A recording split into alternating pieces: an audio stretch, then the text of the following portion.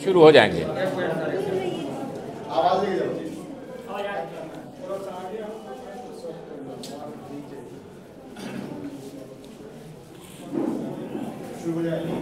शुरू करें। आप सभी पत्रकार मित्रों का स्वागत है इस प्रेस वार्ता में। आप लोगों में से बहुत से लोगों को याद होगा कि 16 अप्रैल 2023 को मैंने, आप में से बहुत से लोग वहाँ उस समय उपस्थित होंगे, जब इसी शहर में मैंने ऐलान किया था कि मैं अब जीवन में कभी कोई चुनाव नहीं लड़ूंगा। इधर मैंने एक फैसला किया कि मैं कांग्रेस की सदस्यता से, मैंने फैसला करके कांग्रेस की सदस्यता से, कांग्रेस पार्टी के प्राथमिक सदस्यता से त्यागपत्र दिया। तो चाहिए ये था कि मैं आपके सामने ही ये घोषणा करूं, मधुबनी में ही। यही मेरा गृह क्षेत्र है, यही मेरी कर्मभूमि है। लेकिन स्वास्थ्य कारणों से मैं दिल्ली में था, तो दिल्ली से ही मुझको ये घोषणा करनी पड़ी कि मैंने कांग्रेस की प्राथमिक सदस्यता से त्यागपत्र दे दिया।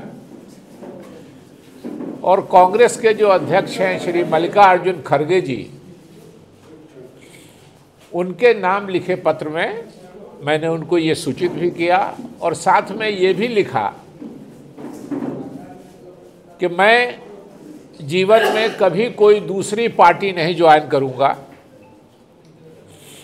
और हमेशा कांग्रेस के सिद्धांतों का, कांग्रेस की आइडियोलॉजी का समर्थक रहूंगा। टेक्निकली मैं कांग्रेस का मेंबर नहीं रहूंगा।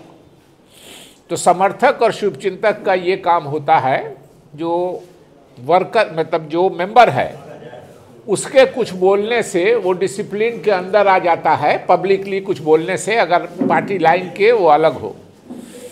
लेकिन समर्थक और शुभचिंतक को ये फायदा है कि वो पार्टी लाइन से अलग होके वो समझता है अगर कि पार्टी के हित में ये उचित है, तो वो पार्टी के नेतृत्व के फैसले के खिलाफ भी बोल सकता है कि आपने ये गलत फैसला किया है, आपको ये फैसला लेना चाहिए, अगर उसकी मन में ये भावना है कि ये पार्टी के जो काम पार्टी ने किया है वो पार्टी के सिद्धांतों और उसके खिलाफ है।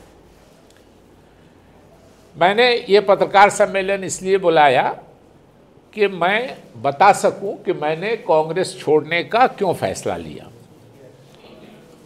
आप सब लोगों में से अधिकांश लोगों को मालूम होगा कि मैं 3 पुश्तों से कांग्रेस से जुड़ा रहा। मेरे दादा 1937 में कांग्रेस के एमएलए बने, इसी मधुबनी से। उसमें दरभंगा जिला था लेकिन मधुबनी उसका हिस्सा था। उसके बाद उनकी मृत्यु 1948 में हुई। उसके बाद मेरे पिता स्वर्गीय शकूर अहमद 52 से लेकर 77 तक 5 बार विधायक रहे, 2 बार बिहार के डिप्टी स्पीकर रहे, अलग अलग पदों पर रहे। 1985 में मैं पहली बार एमएलए बना, उनकी मृत्यु हो गई, मेरे पिता का स्वर्गवास हुआ 1981 में। 1985 में मैं एमएलए हुआ। लगभग 40 साल से मैं 3 बार विधायक हुआ, 2 बार लोकसभा का सदस्य हुआ और इत्तेफाक से तीनों बार विधायक का चुनाव मैं बगैर किसी गठबंधन के जीता। और राजनीति में क्या असर होता है कि 1985 में जब हम लोग जीते तो 11 सीट थी उस वक्त मधुबनी जिला की, 11 की 11 सीटें कांग्रेस के पक्ष में गई।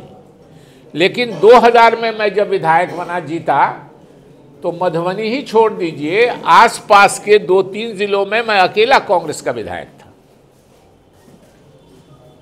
लेकिन उसके बाद भी एक दिन आया, मैंने फैसला किया कि मैं कांग्रेस की सदस्यता छोड़ूंगा। कांग्रेस की सदस्यता छोड़ने का मेरा केवल एक मकसद है कि इस लोकसभा क्षेत्र में जहाँ से मैं सांसद हुआ और 1990 के बाद से कांग्रेस का मैं ही सांसद हुआ कोई दूसरा हमारे गठबंधन का भी सांसद नहीं हुआ। 98 से मैंने लड़ना शुरू किया, उसके बाद हमारे गठबंधन का भी कोई नहीं हुआ, मैं ही लगातार उम्मीदवार भी होता रहा। बाद में फिर 2009 के बाद से फिर और लोग ये हुए। तो स्वाभाविक था कि जब इस बार इलेक्शन हुआ असेंबली का, हमारी पार्टी गठबंधन में थी, तो इस लोकसभा क्षेत्र में 6 विधानसभा क्षेत्र हैं। 6 में से 3 हमारे गठबंधन के साथी राष्ट्रीय जनता दल को मिला, मधुबनी शहर, बिस्फी और क्योटी। तो जाहिर है कि इसमें हमको कुछ नहीं कहना था, हमारे गठबंधन को सीट मिली, जिनको उनको देना है वो दे। लेकिन बाकी जो 3 सीट थी उस पर मेरा और मेरी पार्टी का मतभेद हुआ। पहला मतभेद जो हुआ वो हुआ हरलाखी सीट को लेके। 31 नंबर हरलाखी सीट है। हरलाखी में 2020 में शब्बीर साहब निर्दलीय खड़े हो गए थे, लेकिन वो सीट गई थी सीपीआई को, और हमने सीपीआई के जो उस समय के कैंडिडेट थे शब्बीर साहब के खिलाफ मैंने प्रचार भी किया था। राम नरेश पांडे जी के सभा में भी मैं गया था, दूसरी और सभाएं भी की थी। इतना ही नहीं, शब्बीर साहब ने जब नॉमिनेशन फाइल कर दिया तो हमारे जो इस बार बेनीपट्टी से जिनको टिकट मिला, रूपन झा जी, मैंने उनको भेजा शब्बीर साहब के यहाँ कि नॉमिनेशन फाइल होने के बाद भी कि शब्बीर साहब को कहिए कि नाम वापस ले लेंगे। शब्बीर साहब नहीं तैयार हुए। रूपन जी ने आके हमको बता दिया कि शब्बीर साहब तैयार नहीं हुए। लेकिन 2020 में ही बेगूसराय जिले में एक कंस्टिट्यूएंसी है बछवाड़ा। बछवाड़ा में हमारे बहुत ही करीब है वो रामदेव बाबू के लड़का गरीब दास नाम है उनका, कोई शिव प्रकाश नाम है, लेकिन गरीब दास से मशहूर है। वो भी निर्दलीय खड़े हो गए, तो उनको शायद 38 या 40 हज़ार वोट आया।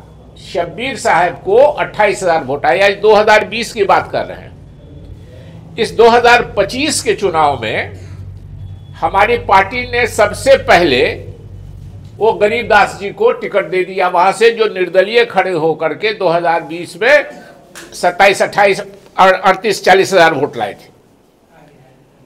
मैंने रिक्वेस्ट किया कि जब आपने वहां दे दिया है तो शब्बीर साहब को भी हरलाखी में सिंबल दे दीजिए। ये भी 28 हज़ार वोट लाए हैं निर्दलीय खड़े होके। और सीपीआई ने क्या किया कि जब वहां गरीब दास जी को टिकट मिल गया कांग्रेस का, तो सीपीआई पार्टी ने 4 सीटों पर अपने कैंडिडेट खड़ा कर दिए हमारे खिलाफ। कहरगहर में, राजा पाकर में हमारी एमएलए थी प्रतिमा दास जी, हार गई, उनके खिलाफ। हमारे अल्पसंख्यक इसके बिहार अल्पसंख्यक का जो कांग्रेस का अल्पसंख्यक सेल है उसके जो अध्यक्ष हैं उमेर खान जी, जो बिहार शरीफ से लड़ रहे थे, उनके खिलाफ। और लगभग 4 जगह सीपीआई ने खड़ा कर दिया हमारे खिलाफ। मैंने पार्टी से आग्रह किया कि आप जैसे आपने कांग्रेस का दिया है और सीपीआई ने 4 जगह खड़ा कर दिया है हमारे उम्मीदवारों के खिलाफ, तो आप शब्बीर साहब को भी टिकट दे दीजिए। हमारी पार्टी ने नहीं दिया। मेरा पहला विरोध 31 नंबर सीट पे पार्टी से ये हुआ। उसके बाद 2 सीटें हैं और हरलाखी के बाद भी 32 नंबर बेनीपट्टी और 87 नंबर जाले। इस दोनों सीट के बारे में मेरी पार्टी ने के जो लोग थे यहां काम करने वाले, उनमें से किसी ने मुझसे बात तक नहीं की। और जाहिर है जो आदमी बिहार प्रदेश का अध्यक्ष रहा हो, यहीं से उठ के गया हो, जो आदमी 40 साल से यहीं एमपी एमएलए हर तरह के इस पर रहा हो, जिस आदमी के लोकसभा क्षेत्र में वो दोनों सीट पड़ती हो, 2-2 बार वहां का प्रतिनिधित्व किया हो, 4 बार चुनाव लड़े हैं, 2 बार हुकुमदेव बाबू जीते, 2 बार हम जीते। तो स्वाभाविक रूप से हम एक्सपेक्ट करते थे कि हमारी पार्टी के लीडर हमसे बात करेंगे, जो टिकट बांटने वाले लोग हैं। उन्होंने कोई बात नहीं की।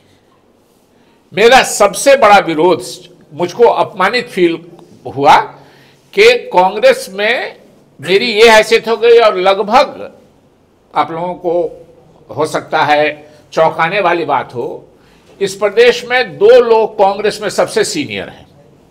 राष्ट्रीय महासचिव होना कांग्रेस में बहुत बड़ी बात है, और 2 ही आदमी राष्ट्रीय महासचिव हैं अभी की तारीख में बिहार में बने, एक तारिक अनवर साहब और एक मैं। तारिक अनवर साहब हमसे सीनियर है 5 साल, और हम तो त्यागपत्र ही दे दिया पार्टी से। तारिक अनवर साहब रोज फेसबुक पर चुनाव के पीरियड में भी लिखते रहे वो कि टिकट बांटने वाले भाइयों, ज्यादा वोट से हारने वाले को टिकट नहीं देना। और फिर तारिक साहब ने टिकट बंटवारे के बाद लिखा कि आप लोगों ने तो कमाल किया, 113 वोट से हारने वाले को, पिछले चुनाव वाले को आपने टिकट नहीं दिया, और जो 32,000 से हारा है उसको आपने टिकट दे दिया। मेरी पार्टी ने तारिक साहब की इस बात का ये रिस्पॉन्स किया कि वो 32,000 से हारने वाले पर आपत्ति कर रहे थे। पिछले चुनाव में जो 62,000 से मेरी पार्टी का उम्मीदवार हारा था उसको टिकट दे दिया हमारी पार्टी ने। तारिक साहब की सीनियरिटी का यही उनको जवाब मिला। आज भी तारिक साहब ने पोस्ट किया है। तो स्वाभाविक रूप से अगर आप सीनियर्स को अपमानित कीजिएगा तो रह के क्या करेगा आदमी। और दोनों, हम बता रहे हैं कि हम दोनों से ज्यादा राष्ट्रीय महासचिव ही कोई नहीं है बिहार में, हम ही दोनों राष्ट्रीय महासचिव बने हैं। आज के तारीख में तारिक साहब एमपी भी हैं, हम तो भूतपूर्व हैं समझिए, और तारिक साहब एमपी भी हैं, और तारिक साहब वर्किंग कमेटी जो सबसे बड़ी कमेटी कहलाती है उसके सदस्य भी हैं, और उनको भी फेसबुक पर लिखना पड़ रहा है। उनसे भी बात नहीं की जो कांग्रेस के टिकट बांटने वाले लोग थे ये। और आला कमान से मेरी यह आपत्ति है कि ऐसे लोगों को क्यों बहाल करते हैं, क्यों पद देते हैं, और टिकट जहां जो प्रदेश जा रहा है चुनाव में, जिसको मतलब पब्लिक लाइफ का एबीसीडी नहीं मालूम है, कोई 4 महीना पहले आया है, कोई 8 महीना पहले आया है, कोई ना एमएलए बना है, ना इलेक्शन भी नहीं लड़ा है, और ऐसे इनएक्सपीरियंस्ड अपरिपक्व लोगों को दे देते हैं। आरोप तरह तरह के लगते हैं, उसकी बात अभी हम नहीं करेंगे। अब लोगों की अपनी सोच होती है। 2 सीट बचा जिसमें कांग्रेस को टिकट मिला, एक बेनीपट्टी और एक जाले। और देखिए है ये लोकसभा क्षेत्र अलग, लेकिन डिस्ट्रिक्ट अलग अलग है। बेनीपट्टी का तो एक गांव, ये सड़क के इस तरफ बेनीपट्टी है, सड़क के उस तरफ दरभंगा जिला का जाले है, इतना सटा हुआ है, लेकिन राजनीति अलग अलग है। जाले आप जाइएगा तो वहां चर्चा कीजिएगा कि शकील अहमद ने क्यों त्यागपत्र दे दिया, तो कहेंगे कि मशकूर उस्मानी और मोहम्मद नौशाद को टिकट नहीं मिला। गच्चे लिस्ट में, सर्वे में सबसे ऊपर इन्हीं दोनों का नाम था, इसलिए शकील साहब ने रिजाइन कर दिया।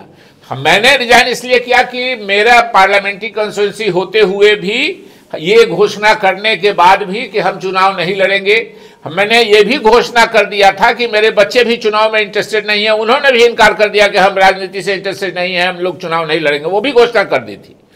उसके बाद भी आपने पूछा नहीं। तो आप जाले जाइएगा तो हो कहेगा कि, और ऋषि मिश्रा जी का विरोध करने का कोई सवाल नहीं, क्योंकि वो पार्टी में थे ही नहीं। उनको तो सिंबल पहले मिला, शायद सदस्यता बाद में उन्होंने ज्वाइन की। लेकिन ये बात सही है कि मशकूर उस्मानी और नौशाद साहब का नाम सबसे ऊपर में था। हम लोग चाहते थे कि उनमें से किसी को टिकट मिले, लेकिन कोई बात करेगा तब ना सजेशन दिया जाएगा। किसी ने कोई बात नहीं की। तो जाले का ये मामला हुआ। अब आ जाइए बेनीपट्टी, अपने जिले में। बेनीपट्टी में बहुत जाइएगा तो चर्चा होगी कि भावना जी को टिकट नहीं मिला, इसलिए शकील साहब ने रिजाइन कर दिया। मैं फिर कहता हूं कि बेनीपट्टी के बारे में कोई बात मुझसे जो टिकट बांटने वाले थे उन्होंने नहीं किया। एक बात और भी लगेगी कि लगभग 6 महीना पहले से मैं भावना झा जी को मना कर रहा था कि आप चुनाव नहीं लड़िए। उनका कहना था कि नहीं, मैं जुगेश्वर झा की बेटी हूं, मैं कैसे भाग जाऊंगी, लोग क्या कहेगा। मेरे पिता को लोग वीर जुगेश्वर कहता था, मैं भागूंगी नहीं। और मैं उनको क्यों कह रहा था कि आप चुनाव नहीं लड़िए, 6 महीना पहले तक हमको था कि शायद नीतीश कुमार जी हम लोग के गठबंधन में फिर आ जाए, या चिराग पासवान जी हम लोगों के गठबंधन में फिर आ जाएं, तो हम लोगों का क्षेत्र ठीक हो जाएगा लड़ने लायक। जब ये फाइनल हो गया लगभग 6 महीना पहले कि चिराग जी भी उधर ही रहेंगे, नीतीश जी भी उधर ही रहेंगे, तब मैंने उनको कहना शुरू किया कि आप चुनाव नहीं लड़िए। और क्यों नहीं लड़िए, आप लोगों को एक थोड़े 2 मिनट में हम बताते हैं कि बेनीपट्टी की सीट आज तक राष्ट्रीय जनता दल के समर्थन से कोई उम्मीदवार नहीं जीता। लालू यादव जी 1990 में चीफ मिनिस्टर बने, 1995 से बिहार के चुनाव पे उनका प्रभाव पड़ने लगा। 1995 में उन्होंने रामाशीष यादव जी को अपनी पार्टी का टिकट दिया, जो अभी राष्ट्रीय जनता दल के हमारे जिला के सम्मानित अध्यक्ष हैं। रामाशीष जी के विरुद्ध में एक निर्दलीय उम्मीदवार स्वर्गीय शालिग्राम यादव जी खड़े हो गए। तो बेनीपट्टी के लोगों ने लालू जी के कैंडिडेट या आरजेडी के कैंडिडेट रामाशीष यादव जी नहीं जीते, शालिग्राम यादव जी को जिता दिया। तो जब 95 में शालिग्राम यादव जी जीत गए, तो फिर 2000 का इलेक्शन आया। तो शालिग्राम यादव जी ने जीतने के बाद आरजेडी ज्वाइन कर ली, लालू यादव जी की पार्टी ज्वाइन कर ली। तो लालू जी की पार्टी ने, आरजेडी ने उनको टिकट दे दिया। तो रामाशीष यादव जी खड़े हो गए, समता बीजेपी मिला के जो अपोजिशन वाली पार्टी थी। तो बेनीपट्टी के लोगों ने रामाशीष यादव जी को जिता दिया और शालिग्राम यादव जी को हराया। यानी जिसको 95 में जिताया था निर्दलीय में, उसको हरा दिया, और जिसको हराया था उसको जिता दिया। तो 95 हो गया, 2000 हो गया। अब आ जाइए 2005 में। 2005 में आप लोगों में से बहुत से लोगों को याद होगा जो सीनियर हैं कि 2 चुनाव हुआ 2005 में। पहला चुनाव हुआ जिसमें राष्ट्रीय जनता दल से किसी का हम लोगों का समझौता नहीं हुआ। तो जुगेश्वर बाबू, यही भावना झा जी के पिता स्वर्गीय जुगेश्वर झा जी खड़े हुए कांग्रेस से, और पहले इलेक्शन में वो जीत गए। लेकिन वो सरकार चली नहीं, बन नहीं सकी सरकार किन्हीं कारणों से। तो अक्टूबर में फिर दोबारा चुनाव हुआ, और उस बार हमारा आरजेडी से समझौता हो गया। और आरजेडी से समझौता होने के बाद जो स्वर्गीय जुगेश्वर झा जी अकेले कांग्रेस से लड़के जीत गए थे, वो अलायंस होने के बाद वो हार गए। तो 2005 गया। 2010 में किसी से चुनाव किसी का नहीं हुआ, अलायंस विनोद नारायण झा जी जीत गए चुनाव। 2020 आया, 2015 आया। 2015 में भावना झा जी चुनाव जीती। वो सिर्फ इसलिए जीती कि 2015 में नीतीश कुमार जी का वोट हम लोगों के साथ जुड़ गया था। कांग्रेस, आरजेडी और नीतीश कुमार जी, हम लोग तीनों मिलकर चुनाव लड़े थे, इसलिए भावना झा जी जीत गई। 2020 में नीतीश कुमार जी उधर चले गए, भावना झा जी हार गई। तो मैं पिछले 6 महीने से मैंने पार्टी में भी लिख के दिया है, कोई मैं यहां आपसे नहीं कह रहा हूं कि भावना झा जी को प्रैक्टिकल है, नहीं। व्हाट्सएप पर आजकल जमाना है, व्हाट्सएप पर मेरा लिखा हुआ है कि बहुत ही कमजोर सीट है बेनीपट्टी, और ये हिस्ट्री पूरी लिखी हुई है कि कभी हम आरजेडी के अलायंस में वो सीट नहीं जीते। लेकिन मुझसे बात ही नहीं किया। असल नाराजगी ये है मेरी कि ना बेनीपट्टी के बारे में, ना जाले के बारे में, किसी के बारे में जिन लोगों को ये टिकट बांटना था, जिनको हाईकमांड ने, हमारे हाईकमांड से हमारी नाराजगी है कि ऐसे लोगों को, इनएक्सपीरियंस लोगों को डाल देते हैं और बहाल कर देते हैं चुनाव के टाइम में, जिनको कोई पब्लिक लाइफ का तजुर्बा नहीं। तो इसलिए मैंने फैसला किया कि मैं फिर अपने ज़िला में हूँ, आप ही के साथ रहना है। मैं कोई दूसरी पार्टी नहीं ज्वाइन करूँगा। मैं कांग्रेस का शुभचिंतक बन के रहूँगा और मैंने अध्यक्ष जी को भी लिखा है अपने कि मेरे जीवन का अंतिम वोट कांग्रेस को मिलेगा। उस पर मैं कायम हूँ, क्योंकि जो आइडियोलॉजी, जो सिद्धांत मेरे पूर्वजों ने आज से 70 साल 80 साल पहले अपनाया था, मैं उससे डेविएट नहीं करूँगा। मेरा विरोध इंडिविजुअल जो लोग हैं वहाँ उनसे है। भ्रष्टाचार के भी आरोप लगे हैं, लेकिन ये होता है, उसकी जांच होनी चाहिए, ये होनी चाहिए। और ये बातें मैं आज नहीं कह रहा हूँ, ये बैठे होंगे शाहिद कामरान साहब कहीं यहीं पर। इन्होंने 2020 के विधानसभा चुनाव के बाद हमसे इंटरव्यू लिया था। हम 2-4 दिन में वो पोस्ट कर देंगे। वो इंटरव्यू बचा के ये रखे हुए थे, अभी कल परसों हमने इनसे लिया है। एग्जैक्टली यही बात हमने 2020 के चुनाव के असेंबली के रिजल्ट के बाद भी एग्जैक्टली यही बात, यही एनालिसिस हमने उस दिन भी कहा है। और ये कहा है कि 2020 में हम लोगों को कुछ ज़्यादा सीट आ गई है। अगर चिराग पासवान जी नीतीश कुमार जी के कैंडिडेट्स के खिलाफ कैंडिडेट नहीं खड़ा किए होते तो हम लोगों को और कम सीट होती, हमको भी होती और हमारे गठबंधन को भी होती। इसलिए आपसे यही कहने के लिए हमने आपको आमंत्रित किया, आपको आने के लिए इतनी बड़ी संख्या में आप आए, धन्यवाद। कि हमारा यह है कि हमारी पार्टी ने एक तो हरलाखी में शब्बीर साहब को नहीं दिया, रख दो, शब्बीर साहब को सिंबल नहीं दिया, और जबकि दूसरे जगह सिंबल दिया।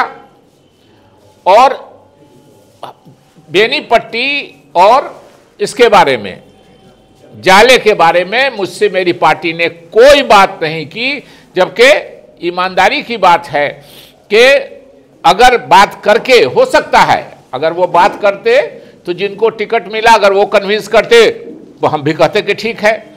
हो सकता है हमारी बात से हमारे जो पार्टी के लोग हैं वो कन्विंस हो जाते, तो जो कैंडिडेट अदलने बदलने की बात हो सकती थी वो होते। इसलिए, लेकिन बात ही जब कोई नहीं करेगा, अब सोच लीजिए कि हमसे अगर नहीं करेगा, मेरे स्टेचर के लोगों से जिसका इतना लंबा कांग्रेस के साथ इतिहास है, जो तारिक अनवर साहब से बात नहीं करेगा, जो अभी भी वर्किंग कमेटी के मेंबर हैं और एमपी हैं, तो आप किससे बात कीजिएगा। तो स्वाभाविक रूप से यही मेरी आपत्ति थी। इसलिए हमने सब कहा कि मैं कांग्रेस की नीतियों और सिद्धांत पे जीवन भर रहूंगा। मैं पार्टी की सदस्यता से मैंने त्यागपत्र दिया है, पार्टी की आइडियोलॉजी से नहीं दिया है त्यागपत्र।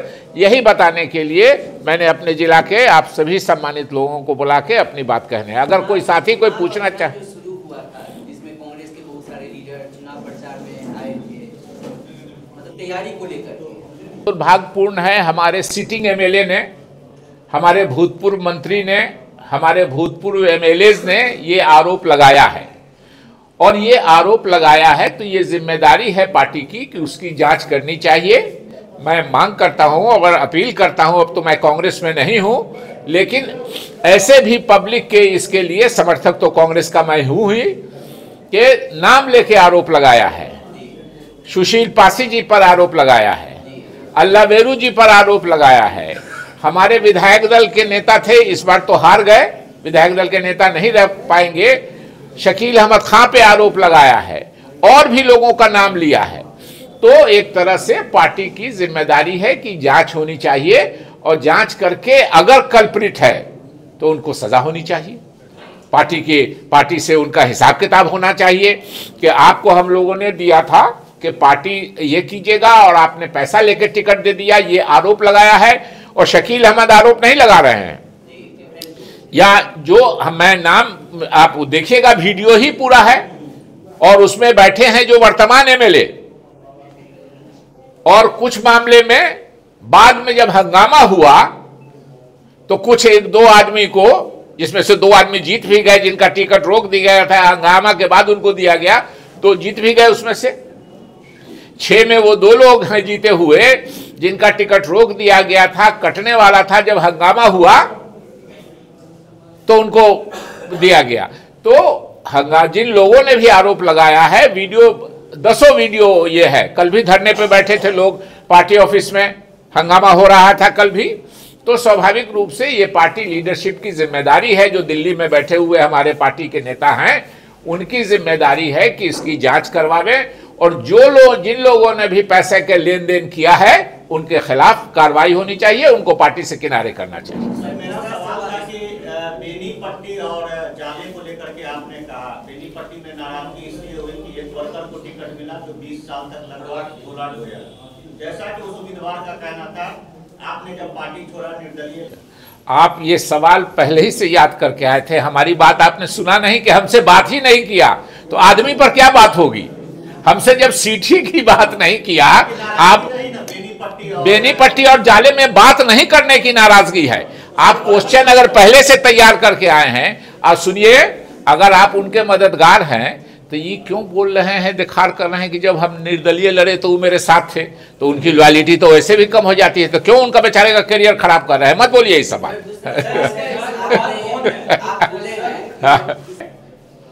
अगर 100 लोग मिलने आए हैं तो उसमें से 90 लोगों ने यही सजेशन दिया है कि आप अपनी पार्टी बनाइए, लेकिन मेरा ऐसा भी कोई इरादा नहीं है। मेरा बिल्कुल इरादा है कि मैं कांग्रेस की नीतियों और सिद्धांतों का समर्थक रहूंगा, इसलिए कि मेरे पूर्वजों ने जिन नीतियों और जिन सिद्धांतों का समर्थन किया, उन नीतियों और उन सिद्धांतों के खिलाफ मैं नहीं जा सकता। अगर कांग्रेस में ही वो सिद्धांत अगर बेदम हो रहा है तो नई पार्टी खुद कांग्रेस के बड़े नेता से डिफरेंसेस हो गया कुछ बात पर।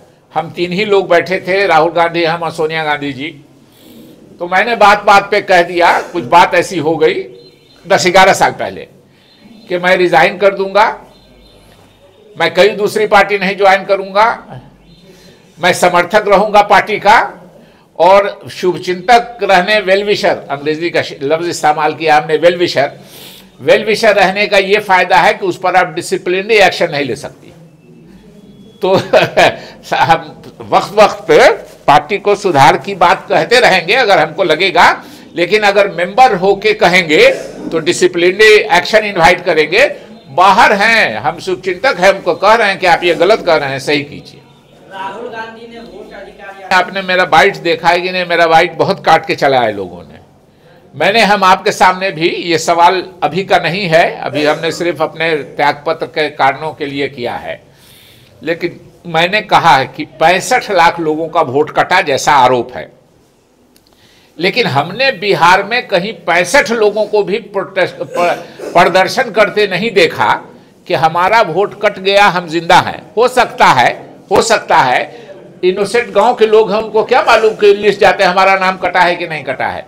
तो हम जो कांग्रेस के लोग, आरजेडी के लोग, सीपीआई सीपीएम के लोग, हम जो लीडरशिप नेतागिरी करते हैं या पॉलिटिक्स में है, हमारी जिम्मेदारी थी ना कि उनको एक साथ जमा करके प्रोटेस्ट करें।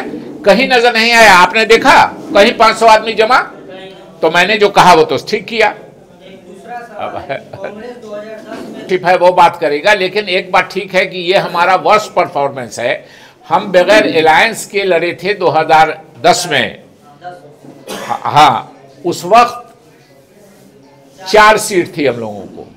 अभी अलायंस में सबसे हमारा वर्स्ट परफॉर्मेंस है कि अलायंस में भी हमको 6 आई है। इसमें से एक आदमी उबैदुर रहमान साहब 2010 में भी एमएलए में जीत गए थे। तो समझिए कि 5 ही आदमी इधर से हैं। उस बार जीते थे सदानंद बाबू, जावेद साहब, हमको नाम ही याद है, उबैदुर रहमान साहब और आफाक साहब, 3 सीमांचल से जीते थे, और एक सदानंद बाबू हमारे सीनियर लीडर थे। तो ये बात सही है कि पार्टी को सोचना चाहिए। अब तो बेनीपट्टी का आपको मिसाल ही बता रहे हैं आपको कि अकेले लड़े तो जुगेश्वर बाबू जीत गए 2005 में, और बाकी अलायंस में लड़े 6 महीने के बाद तो हार गए। इसलिए तो पार्टी को असेस करना चाहिए कि क्या करना है। हाँ, इतना जरूर है कि अगर लंबी राजनीति करनी है तो अलग होना पड़ेगा। आज ही अलग होइएगा, आज ही सीट चाहिएगा, ये दोनों में फैसला करना पार्टी का काम है। बहुत धन्यवाद।